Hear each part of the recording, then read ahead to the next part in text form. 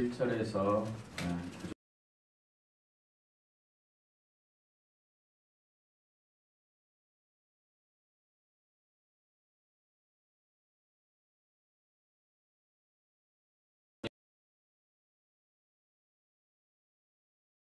되었노라.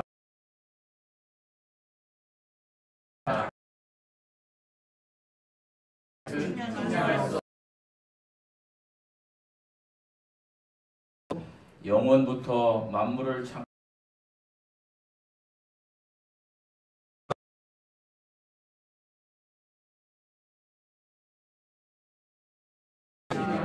아멘.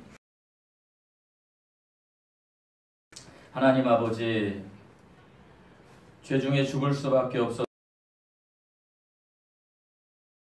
감사드립니다. 하나님, 우리가 세상을 살면서 하나님의 자녀답게, 하나님의 일꾼답게 살지 못했던 시간들 또한 많았음도 이 시간 고백합니다. 우리의 연약함을 잘 아시는 우리 주님께서 그럼에도 불구하고 이렇게 저희들을 예배자의 자리에 서게 하셨으니 하나님, 오늘 예배드리는 온 혼들에 아버지 하나님 그 심령 중에 성령 충만케 되는 시간 되게 하여 주시옵소서. 아멘. 무엇보다도 우리가 예수님을 처음 믿었을 때 그 첫사랑을 회복하는 시간 되게 하여 주시옵시고, 아멘. 아버지 하나님 그것으로 인하여 우리들이 이제부터 하나님을 향한 의지와 신뢰와 그 신실함으로 이 세상을 살겠다라고 결단하는 시간 되게 하여 주시옵소서. 아멘. 아버지, 세상은 너무나 힘들고 어려운 가운데 저희들 그 중에 서 있습니다. 아버지 하나님, 그 어려운 가운데 물질로 아버지 당신 앞에 헌금 드린 사랑하는 성도들 축복하여 주시옵시고, 아멘. 아버지 드리고 싶으나 드릴 수 없어서 마음으로 온 성도들 또한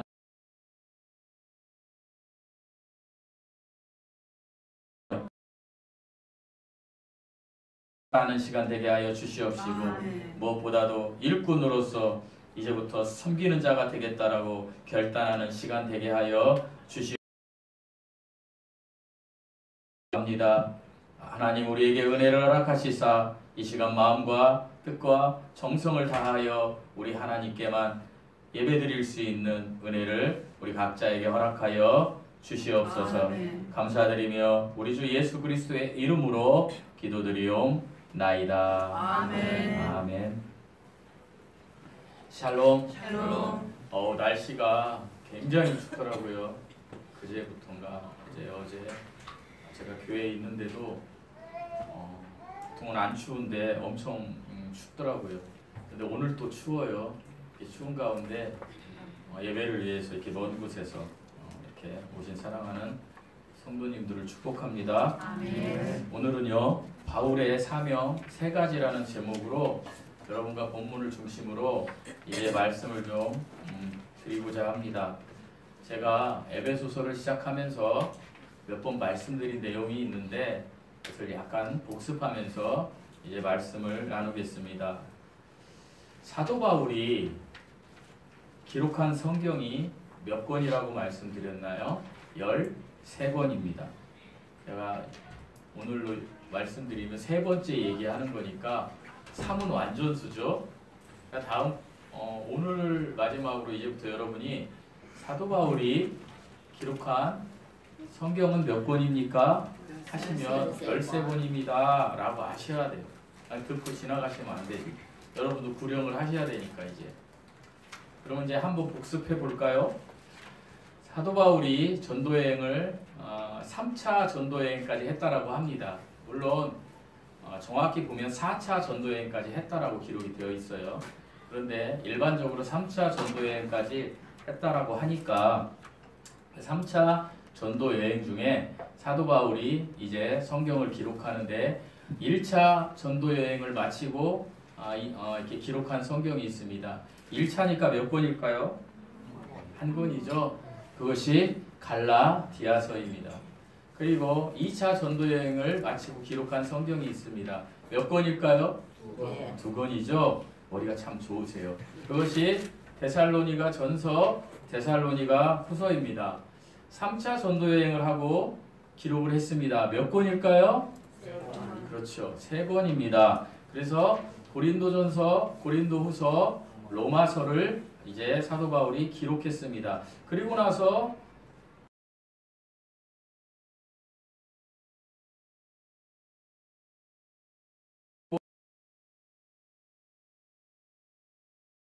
갈릴리 이스라엘 가이사랴 지역에서 2년, 그리고 로마로 압송되어서 2년을 이제 감옥 생활을 하게 되는데, 그 감옥에서 사도 바울이 이제 4권의 서신서를 기록합니다. 그게 오늘 우리가 나누는 에베소서, 골로새서, 빌립보서, 빌레몬서입니다.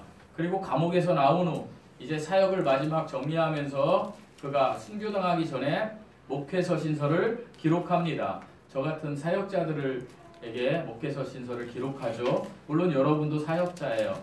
여러분이 구원받았으면. 그래서 그 사역자들에게 기록하는 성경은 3권, 디모데전서, 디모데후서,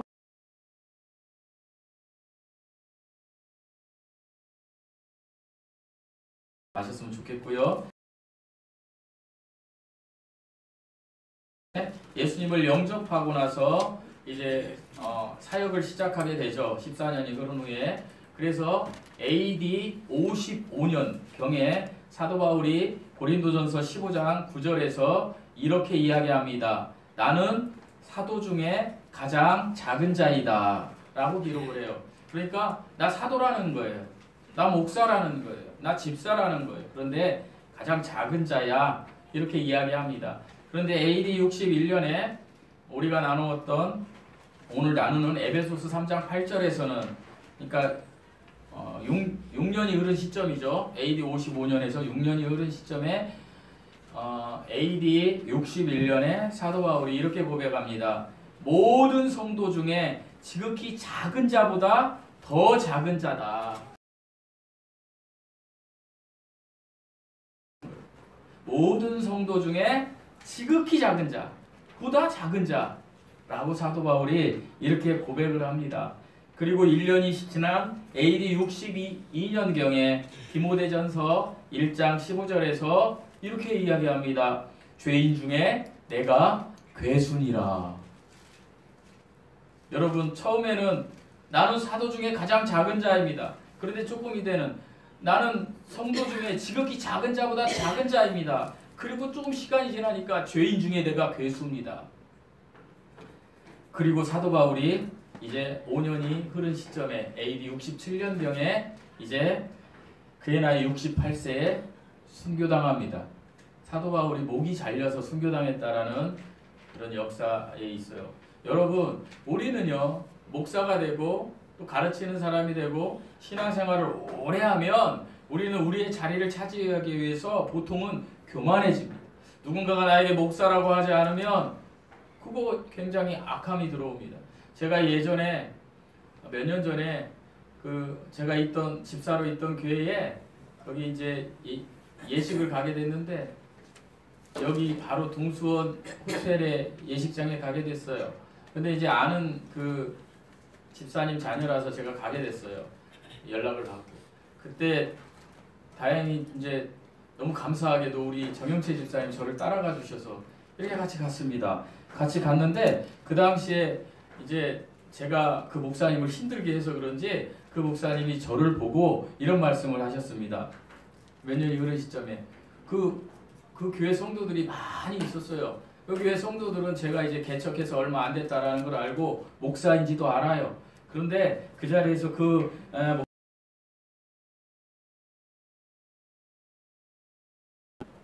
변하지 않았어? 그걸 듣는 순간 어떤 마음이 들을까요? 제가 목사인데 이 집사라 그러니까 안 좋은 감정이 들었습니다. 여러분, 그런 거예요. 사람이 뭔가 내 위치를 안 불러주면 서운해합니다. 그러나 그럴 필요 없어요. 서운하고 억울하고 나 정말 아닌데 라고 우리가 이야기할 수 있는 거 하나는 뭐냐면, 그것은 유일하게 누군가가 나에게 성도라고 불러주지 않으면 우리는 억울해야 합니다. 왜요? 성도만이 천국에서 만날 수 있기 때문입니다. 우리가 여기에서 목사라고 지칭하는 거, 이런 것들은 어떤 공동체의 질서를 위해서 이렇게 하는 것이지 성도만이 우리가 하늘나라에 갈 수가 있는 것이라는 것입니다. 그걸 바울이 우리에게 얘기해 주는 거예요. 그러면서 바울은 심히 그 사역을 하면서 나중에는 어떻게 되냐? 성경을 보고 말씀을 전하고 기도를 하면 할수록 바울은 자기 자신을 본 거예요. 자기 자신을 뭐라고요? 나 죄인이구나. 내가 이래도 내가 목사야? 내가 이래도 가르치는 자야? 그러면서 바울은 나중에 뭐라고 고백했다 그랬어요? 죄인 중에 내가 괴순이라. 죄인 중에 내가 우두머리라는 얘기예요. 이런 고백이 우리에게도 나와야 되는 거예요. 이것은 무엇이에요? 바울이 발음이 제가 잘 안 되네, 추워서. 바울이 이 이야기는 신앙생활을 하면 할수록 겸손의 길을 걸어갔다라는 거예요. 성숙해진 겸손의 길을 걸어갔다라는 거예요. 우리가 신앙생활을 각자 몇 년 했는지 다 다르죠. 그런 배워야 합니다. 저도 배워야 하고 여러분도 배워야 하는 것입니다.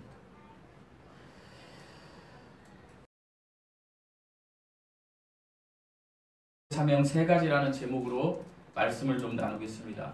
7절 말씀 읽어보시겠습니다. 7절 말씀 시작. 이 복음을 위하여 그의 능력이 역사하시는 대로 내게 주신 하나님의 은혜의 선물을 따라 내가 일꾼이 되었노라.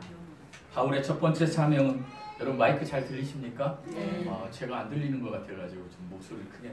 그럼 이 정도도 잘 들리세요? 네. 이상하게 귀가 제가 안 좋은지 안 들려서 제가. 첫 번째 바울의 사명은요, 하나님의 은혜의 선물을 따라 일꾼이 되었다라는 것입니다. 바울은요, 내가 일꾼이라는 사명을 받았다라는 거예요. 여기에서 헬라어로 일꾼이라는 단어는 디아코노스라는 단어입니다. 이 단어의 의미는요, 식탁에서 시중 들며 섬기는 사람, 서빙하는 사람, 즉 섬기는 자의 의미를 가지고 있습니다. 바울이요, 이제 복음을 섬기는 자로 직분을 받게 됐다라는 거예요. 섬기는 자로. 그런데 이것은 하나님의 은혜의 선물이라고 바울이 지금 우리에게 이야기해주고 있습니다. 하나님의 은혜는 바울이 어떤 사람이었어요? 교회를 박해하는 사람이었어요. 그리스도인들을 잡아서 감옥에 넣고 스데반 집사를 돌로 쳐 죽이게 했던 그런 악한 사람이었어요. 도저히 이 사람은 직분을 감당할 수 없는 그런 사람이었어요. 그럼에도 불구하고 하나님이 복음의 사역자로 그 직분, 그 일꾼을 삼아주셨다라는 것, 그것이 은혜라는 거예요.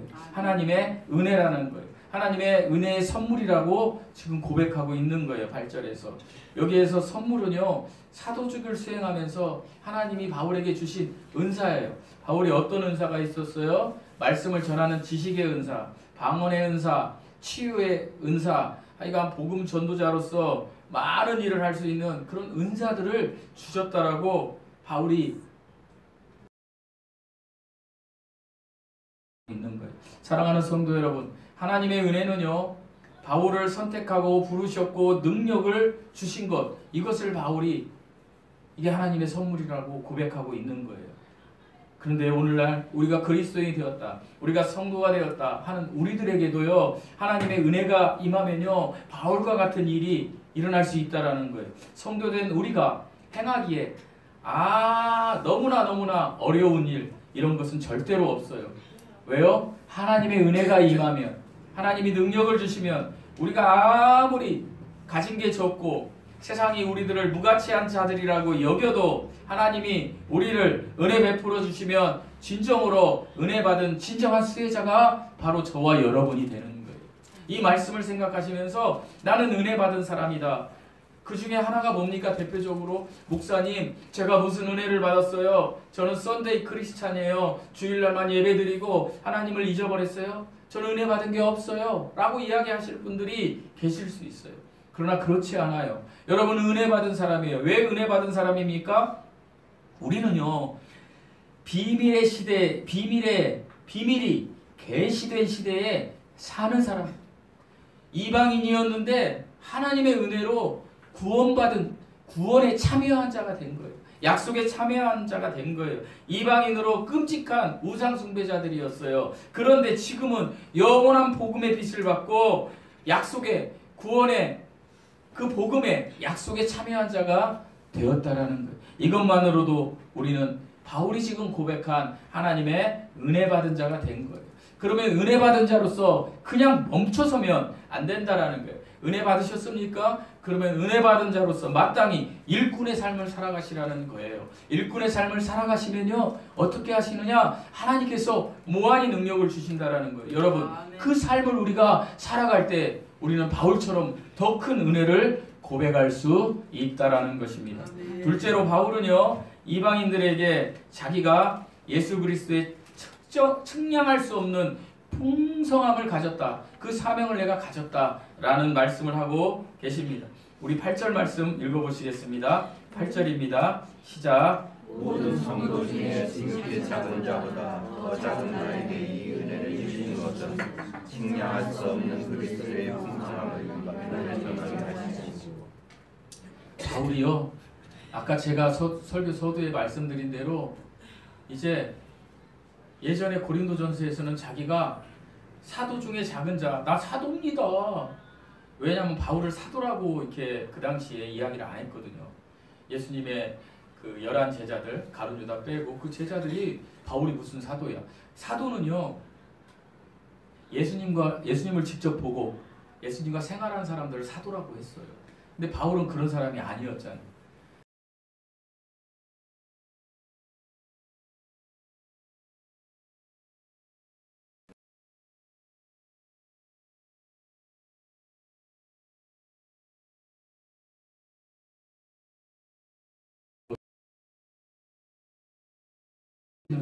사랑하는 성도 여러분,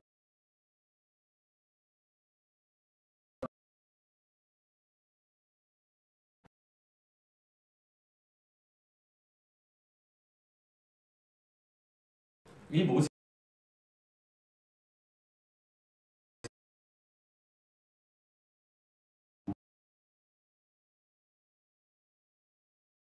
모세가 지은 거거든요.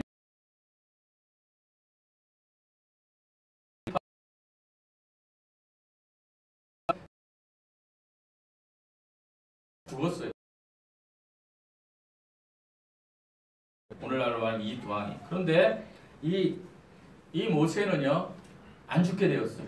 하나님의 은혜로. 그래가지고 안 죽게 돼서 나일강의 갈대 상자에 엮여서 이렇게 떠나려 가다가 이제 그 애굽의 공주 핫셉슈트라고 합니다. 역사적으로 이 핫셉슈트의 공주에 입양이 되는 거예요. 여러분 그 당시에 투투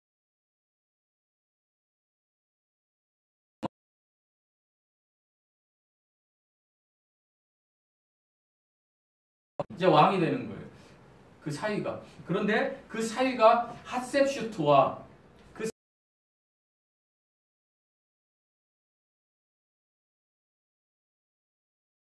그를 못 낳아요. 했어요. 그러면 이제 핫셉슈트가 모세를 양자로 입양했으니까 애굽의 왕은 누가 되는 겁니까?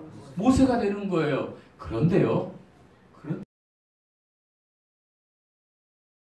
1세의 왕의 후손은 핫셉슈트고 핫셉슈트가 낳은 자녀가 왕이 돼야 되는 거예요. 그런데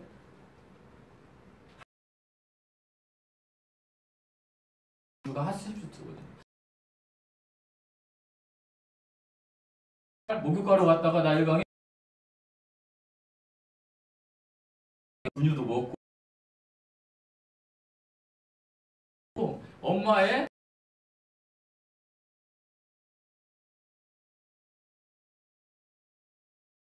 내려갈 때 그 강기슭에서 누가 뛰어갑니까? 모세의 누나 미리암이 막 뛰어가요. 뛰어가가지고 핫셉슈트가 그 아기를 이렇게 건지는 걸 보고 막 가가지고 그러는 거예요. 내가 공주님의 아이를 위해서 젖먹일 여인을 하나 알려드려도 될까요? 이 꼬마 그래. 그러니까 그렇게 해라. 그러니까 누구한테 데려갈까요? 이제 아기 낳고 젖 나오는 사람 누가 있어요? 모세의 친엄마에게 있는 거예요. 이게 하나님의 다 경륜인 거예요. 모세의 친엄마에게 가가지고 모세는 이제 엄마에게 젖을 먹고 커요. 그런데 엄마의 젖을 먹고 크는데 하나님이 엄마의 젖을 먹는다는 이유 하나로 핫셉슈트 왕이요. 아니 핫셉슈트 공주가 오늘날 말하면 돈을 주는 거예요. 내 자식 젖먹이는데 그 삭스를 준 거예요. 얼마나 하나님의 은혜예요. 제가 잠시 이 이야기를 한 것은 하나님의 일꾼으로서 살면 하나님이 공급하신다라는 거예요, 여러분. 이제 그 얘기는 거기까지 아시고요. 어쨌든 이 모세가 이제 왕이 될 수 있었는데, 그런데요, 하나님의 역사, 인간의 역사는요 그대로 되지 않아요. 우리가 뭘 계획하면 우리의 뜻대로 될 것 같지만 절대 그렇게 되지 않잖아요. 내가 성공할 거야, 내가 이렇게 할 거야. 근데 실패는 안 보잖아요. 근데 실패할 수도 있는 거잖아요. 이 hatshepsut의 왕, 나중에 투투모스의 2세가 되는 hatshepsut 공주의 그 남편이요 바람을 펴요. 바람. 그래서 아기를 낳는 거예요. 그러니까 투투모스 1세 왕의 후손은 아니잖아요. 그 사유의 자식인데 자기 딸과 결혼 안 했으니까. 그런데 어떻게 돼요? 그 자녀가 이제 왕이 되는 거예요. 왕이. 그래서 나중에 그 사유에게서 나온 왕이 나중에 왕이 되는 자가 누구냐면 이스라엘 백성이 홍해에 가서 물이 쫙 갈라지잖아요. 그걸 딱 건너고 나니까 전진하라 하고 말 타고 막 갔던 왕이 있죠. 그 왕이 그 사위가 죽고 그 다음 왕이에요. 그는 어떻게 됐어요? 홍해에 무슨 말씀을 드리려고 하냐면 이 모세는요 이제 왕이 될 수 있는 삶을 왕이 될 수 있는 그러한 그 세가 되니까 살인자가 되게 만들어요. 그 살인을 저질러서 모세가 어디로 갑니까? 광야로 쫓겨나는 거. 왕은커녕 광야에서 이제 정말로 가축이나 돌보는 힘든 삶을 사는 거예요. 그런데 출애굽기 3장에 보면 하나님께서 모세를 부르는 거예요. 모세야, 모세야 이러고 부르세요. 그러니까 모세가 뭐라고 합니까? 제가 여기 있나이다. 그래서 출애굽기 3장 14절에 그 누구도 듣지 못했던 그 모든 사람들이 하나님은 언제부터 있었어요? 그 시간 안에 거두었던 그 하나님을 그 모세에게 하나님이 나는 영원부터 계신 존재다. 나는 영원부터 있던 존재다. I am 헬라어로 에고 에이미 나는 나이다. 나는 스스로 존재하는 자이다. 라고 출애굽기 3장 14절에 알려줘요. 모세에게 나는 영원전부터 있던 유일한 신이다. 너의 하나님이다. 라고 알려주는 거예요. 거기에서 모세가 하나님을 만날 때 출애굽기 4장 10절에 보면 하나님이 모세에게 네가 가서 이스라엘 백성들을 이제 구해라 라고 이야기합니다. 이때가 모세가 나이가 80세 때. 그러니까 40년을 광야에서 40년은 왕자로 사는 거예요. 이집트 궁에서 좋은 거 먹고 여러분 옛날에 이집트 영화 보면 이렇게 부채질 하는데 넣어가지고 이렇게 있고 그런데 광야 가서 그 뜨거운 낮에는 40도 50도 되고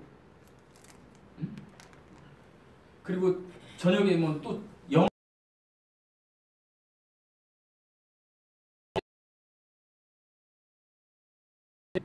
80세 되신 분 없잖아요 지금. 이 80세에 모세가 하나님이 불렀을 때 출애굽기 4장 10절에 뭐라고 하는지 아십니까? 하나님이 불렀을 때 나는 입이 뻣뻣하고 혀가 둔한 자입니다. 광야에서 40년을 살아보니까 이제 모세가 엄청나게 겸손한 자가 되는 거예요. 하나님, 사랑하는 성도 여러분, 하나님은 이렇게 겸손한 사람을 쓰는 거예요. 저와 여러분이 겸손한 사람이 되기를 소망합니다. 두 번째 겸손한 사람은 누구냐면 기드온이에요. 기드온은요 사사였어요. 사사였는데 기드온 이렇게 합니다. 6장 15절에 나의 집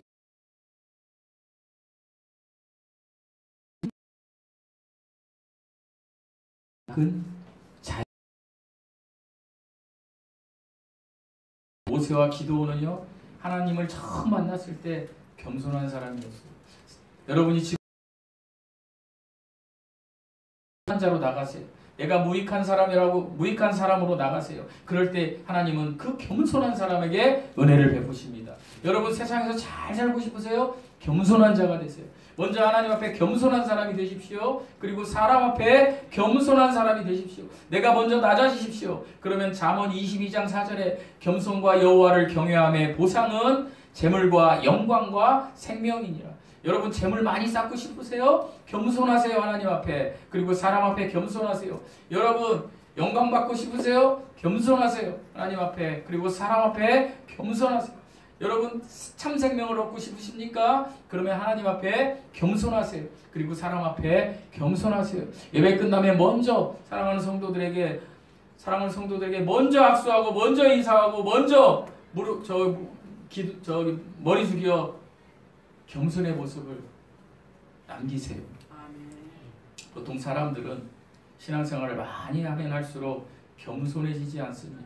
겸손해지지 않고 계속해서 어떻게 됩니까? 교만해집니다. 남 판단하기를 더 많이 합니다. 사랑하는 성도 여러분, 그런 삶을 살아서는 절대로 안 됩니다. 우리가 겸손의 삶을 살 때 하나님께서 측량할 수 없는 예수 그리스도의 풍성함이 이방인에게 정해진 것처럼 우리에게도 그것을 통해서 축복이 흘러내려간다는 것입니다. 제가 오늘 날씨가 추워서 아침에 이 찬양을 들었어요. 제가 요즘 이 찬양에 좀 꽂혔어요. 이건 뭐 금요일날 기도 때 들었더니 우리 김영자 집사님이 순복음에서 많이 트는 그 풍조라고 하더라고요. 뭐 그러던 어쨌든 저는 여러분이 이 찬양대로 여기는 이렇게 이제 돼 있어요. 이 말씀 좋죠. 반드시 내가 너를 축복하리라. 반드시 내가 너를 들었으리라. 반드시 내가는 누굽니까? 하나님이 여러분을 축복하시고 들어쓰시기를 소망합니다. 그러시면 겸손하시면 됩니다. 겸손한 삶을 사십시오. 하나님 앞에 겸손하십시오. 하나님 앞에 겸손하다는 것은 하나님의 이름을 부르는 것입니다. 하나님의 이름을 부르고 기도하는 거예요. 그게 마태복음 3장에서 4장, 5장, 6장, 3절, 마태복음 5장 3절, 4절, 5절, 6절까지 말씀이에요. 하나님 앞에 그 중에서도 가장 중요한 게 마태복음 5장 3절이에요. 하나님, 내 안에 하나님의 성품이 없어요. 내 영이 너무 가난해요. 하나님, 나 죄인이에요. 이렇게 나가시다. 하나님 앞에, 사람 앞에 나가라는 게 아니라 한없이 하나님 앞에 겸손해지십시오. 반드시 하나님이 모세처럼, 하나님이 기도원처럼, 하나님이 사울왕도 그랬어요. 처음에 이스라엘. 저는 입이 둔한 자이고 저는 낮은 자입니다. 그렇게 할 때 하나님이 들어 쓰십니다. 여러분 특별히 오늘 이제 사역자들이 없으니까 얘기해요. 사역자나 가르치시는 분들은 더 그래야 돼요. 겸손해져야 돼요. 겸손해져야 돼요. 여러분 제가 부탁드리는데 가르치시는 분들 여기 이 중에도 있죠. 그리고 사역자들 있죠. 여러분이 일주일 동안 그 내용을 가지고 기도하지 않으셨으면 가르치지 마십시오. 그죠? 가르치지 마시고 양해를 구하세요. 같이 나누시는 분들한테 제가 이번 주에 기도를 못했으니까 그냥 이번 주 쉬어갈게요. 반드시 기도하고 사역을 하십시오. 제가 요즘 교회에서 깨달은 거 저도 마찬가지입니다. 그거 하나 깨달았습니다. 반드시 기도하고 해야 된다. 내 지식으로 하지 마십시오. 그냥 하나님의 말씀 준비 없이 어느 날 와가지고 그냥 막 읽고 그렇게 하지 마십시오. 하나님의 역사가 없습니다. 반드시 기도하시고 준비하시고 그렇게 할 때 바울처럼 그렇게 할 때 모세처럼 겸손한 자로서 기도할 때에 기도원처럼 반드시 기도할 때 하나님께서 모세야 기도오나 할 때 하나님 앞에 하나님 저는 부족한 자인데요 라고 나간다라는 그런 사람을 쓰시는 것입니다. 그런 사람을 쓰실 때 아까 말씀드린 대로 잠언 22장 4절 말씀처럼 어떻게 해요? 보상은 재물과 영광과 생명이니라. 받고 싶으세요? 겸손하시면 됩니다. 겸손과 여호와를 경외하며 보상이 재물과 영광과 생명이라고 하나님이 지금 말씀해 주고 계십니다. 셋째로 바울의 사명은요.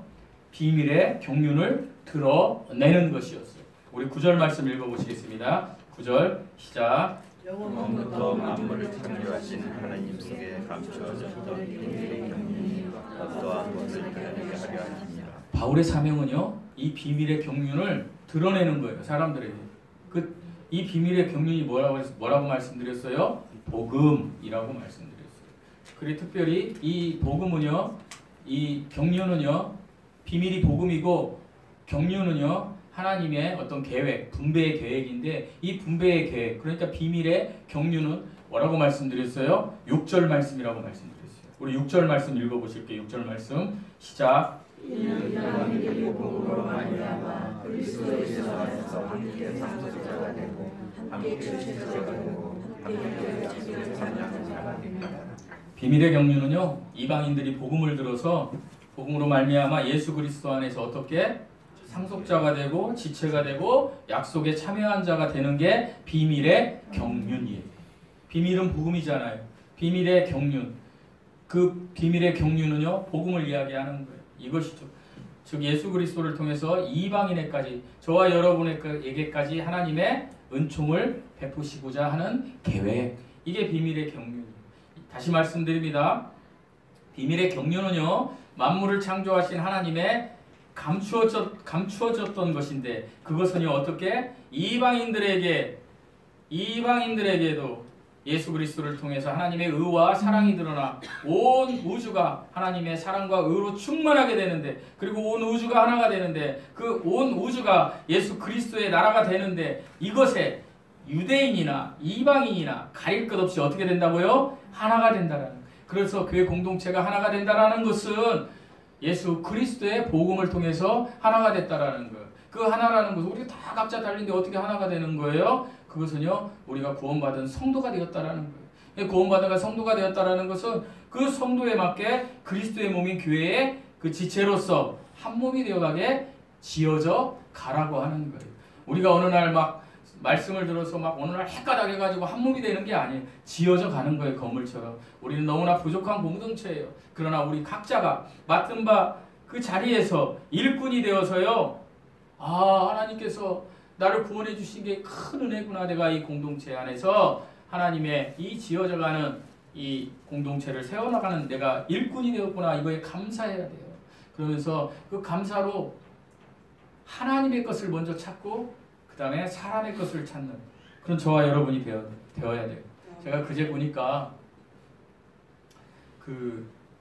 제가 어렸을 때 친구들하고 이제 기억이 있는데 그 노래 많이 불렀어요. 저희 중학교 때 정도 된 것 같아요. 이제 친구들하고 이렇게 친한 친구들하고 이렇게 어울려서 다니면 이 노래 많이 불렀어요. 쨍하고 해뜰 날 돌아온다. 어렸을 때, 저희 어렸을 때 그 노래가 많이 불려졌던 것 같아요. 인기는 좀, 그러니까 하여간 많이 불렀어요, 저희가. 근데 그 노래를 부른 분이 송대관 선생님이세요, 가수. 그분이 46년생이더라고요.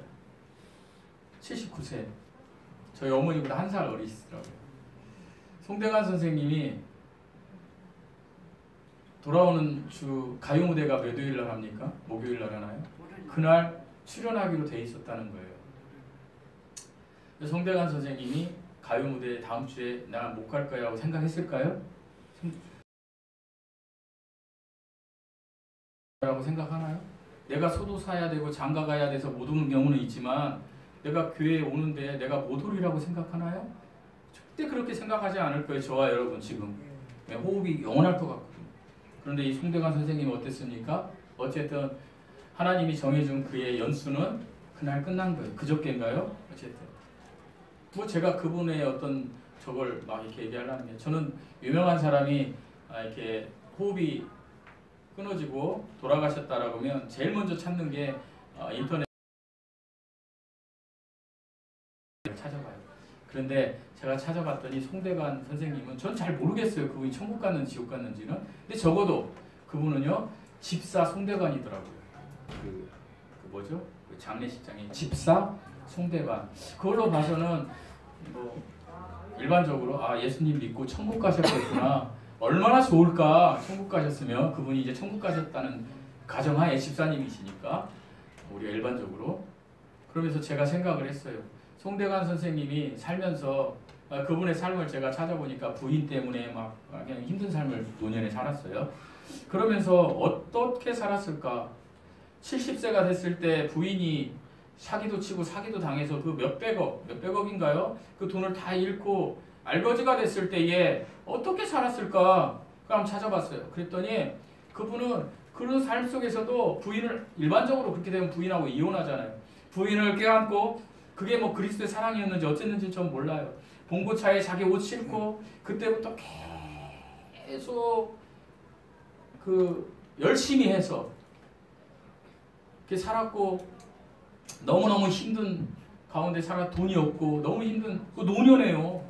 젊었을 때라면 또 이해가 되지. 70대, 60대 말에 그렇게 돼서 더 이상 볼 것이 없는 그 상황에서도 그분은요, 정말 제가 보니까 그분이 어떤 삶을 살았는지를 제가 이해를 하게 됐어요. 여러분 중에 혹시 지금 여기 계신 분들 중에 저를 포함해서 너무너무 힘든데 누구한테 가가지고 저 1억만 주세요 하면 1억 줄 사람이 있는지 한번 잘 생각해 보세요. 가족이든 누구든 다 해서 아마 없을 거예요. 저도 없어요. 근데 그분이 너무너무 힘들 때 그분이 이제 그 고향이 전라도 정읍입니다. 그리고 제 고향 전라도 그 군산에 또 연예인이 하나 나왔어요. 그분이 이제 여러분 아실지 모르는데 젊은 분들은 잘 모르시겠지만 저희 연배 되시는 분들 아실 거예요. 그 사회 잘 보고 탤런트 이렇게 뭐 이걸 손으로 막 축축축 하는 분 있어요. 김성환 선생님. 김성환 선생님이요. 그분에게 20억을 그냥 준 거예요. 빌려준 게 아니고 그냥. 그것을 제가 이렇게 읽어보면서 모르겠어요. 그분이 어떤 삶을 사는지. 아, 적어도 이분이 송대관 선생이 그 후배들 태진아나 김성환 선생이나 이런 모든 사람들이 한 것을 보면 이분이 정말 그 대접을 받게 살았구나. 그럼 그 대접을 받게 살았다는 거 이분이 겸손하게 살았겠구나. 이렇게 사람에게도 물론 하나님에게도 그렇게 살았을 거라 저는 믿습니다. 집사님이시니까. 사랑하는 성도 여러분, 제가 여러분에게 정말 오늘 호소드리고 싶은 말씀 마지막은 뭐냐면 바울의 사명 세 가지. 뭐 내가 일꾼이 되었다. 내가 뭐 그 그리스도의 충만한 부유를 그 전하는 사람이 되었다.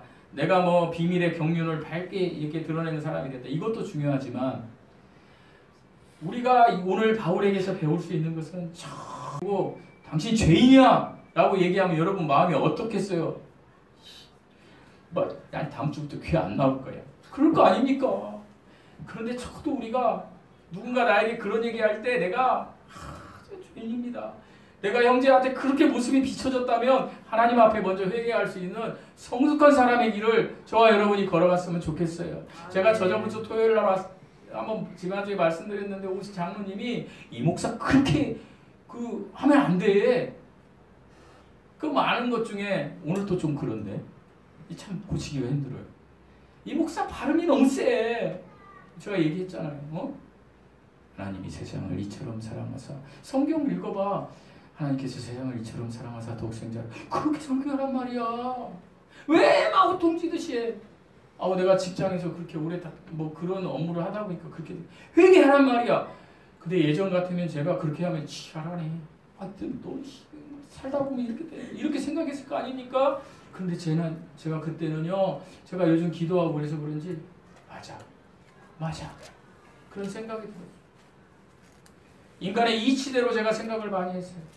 지난주에 우리 황희실 전사님하고 제가 통화했는데 그분이 저에게 이야기하시는 것들 중에 그분 입장에서 생각하는 것들이 제가 한 가지가 있었어요.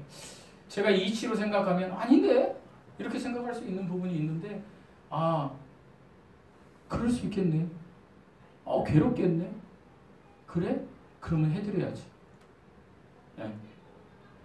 여러분 사람은 각기 다릅니다. 우리 각자 달라요. 저도 다르고 여러분도 다릅니다.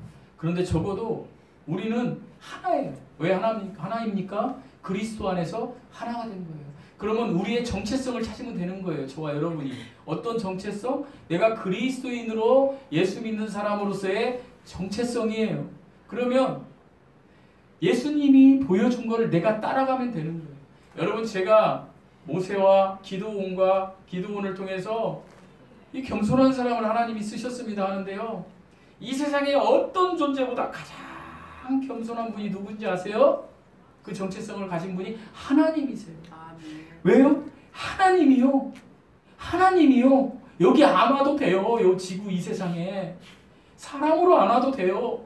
그런데 그 하나님이 저와 여러분을 위해서 이 세상에 왔는데 어떻게 왔어요? 이집트 왕궁에 부채 붙여주는, 더운데 부채 붙여주고 어디로 왔어요? 마국간에 왔어요. 추워서 얼어 죽을 수밖에 없는. 여러분 우리 체이 소은이 귀하잖아요. 날씨 추우니까 싸매가지고 막 감기 들일까봐 막 이러잖아요. 우리 시골집은 그 중동은 더 추워요. 거기 그냥 그 나귀가 당나귀가 있는 그 마국간에 하나님이 오셨다니까요. 하나님이. 이게 하나님이 우리에게 보여주신 모습이에요. 이걸 단어 두 자로 뭐라고 하는지 아세요? 겸손이라고 해요. 이거를 네 가지 단어로 뭐라고 하는지 아세요? 겸손의 왕이라고 하는 거예요. 아멘. 사랑하는 성도 여러분, 우리 예수님은 겸손의 왕이에요. 거기서 끝났나요? 아니에요. 우리를 위해서 십자가에 못 박혀 죽으셨어요. 예수님의 십자가에 손에 이 못이 들어갈 때에 엄밀히 얘기하면 여기는 아니라고 하더라고요. 여기라고 하더라고요. 정확히 얘기하면. 여기는 하면 이게 끊어진대요. 사람이. 여기가 맞대요. 여기가. 근데 어쨌든 예수님이 십자가에 못 박히시고 팔도 못 박히시고 여러분이 누워있는데 거기를 내 손을 못으로 망치로 때린다고 생각해 보세요. 여러분 제가 두려움이 하나 있는데 뭔 두려움이 있는지 아세요? 저희 어머니가 아프니까 나 유전으로 나도 투석하다 가는 거 아니까 목사는 그거 초월해야 되는 거 아니에요? 근데 두려움이 있어요. 우리 어머니가 이틀에 한 번씩 하시니까 얼마나 아플까? 여러분 한번 나에게 감정이입을 해서 한번 생각해 보세요. 예수님 십자가에 못 박힌 게 그게 내가 못 박힐 손이었어요. 내가 못 박힐 손에 예수님이 대신 박아주시고 우리 죄를 속해주셨어요. 특별히 구원받았다고 하시는 분들, 여러분들 중에 집사 되신 분들, 가르치시는 분들, 셀 리더들 잘 생각하세요. 예수님이 그 십자가에 대신 속죄를 하셨어요. 그리고 나의 성품을 닮아라. 나의 성품이 뭐라고요? 겸손. 저와 여러분이 겸손의 왕이신 예수님의 성품을 닮아가는 사람들이 되기를 소망합니다. 아멘. 그럴 때 예수님께서 잠언 22장 4절에 겸손과 여호와를 경외함의 보상은 재물과 영광과 생명이니라. 아멘. 이 주인공이 여러분 되신 은혜가 있으시길 축원드립니다. 아멘. 기도하시겠습니다. 하나님 아버지 감사합니다. 우리 하나님께서 인간으로 오신 성육신하신 사건, 이것은 독생자의 영광이었습니다. 우리 예수님을 통해서 하나님을 보는 영광이었습니다. 하나님의 하나님 되심을 우리 예수님을 통해서 보았습니다. 거기에 겸손이 있었습니다. 겸손의 왕이신 아버지, 겸손의 왕이신 아들 하나님, 겸손의 왕이신 성령 하나님을 닮아가는 저희들 되게 하여 주시옵소서. 우리가 성도가 되었다면, 그리스도인이 되었다면 하나님 마땅히 이 겸손의 삶을 사는 저희들 되게 하여 주시옵소서. 아멘.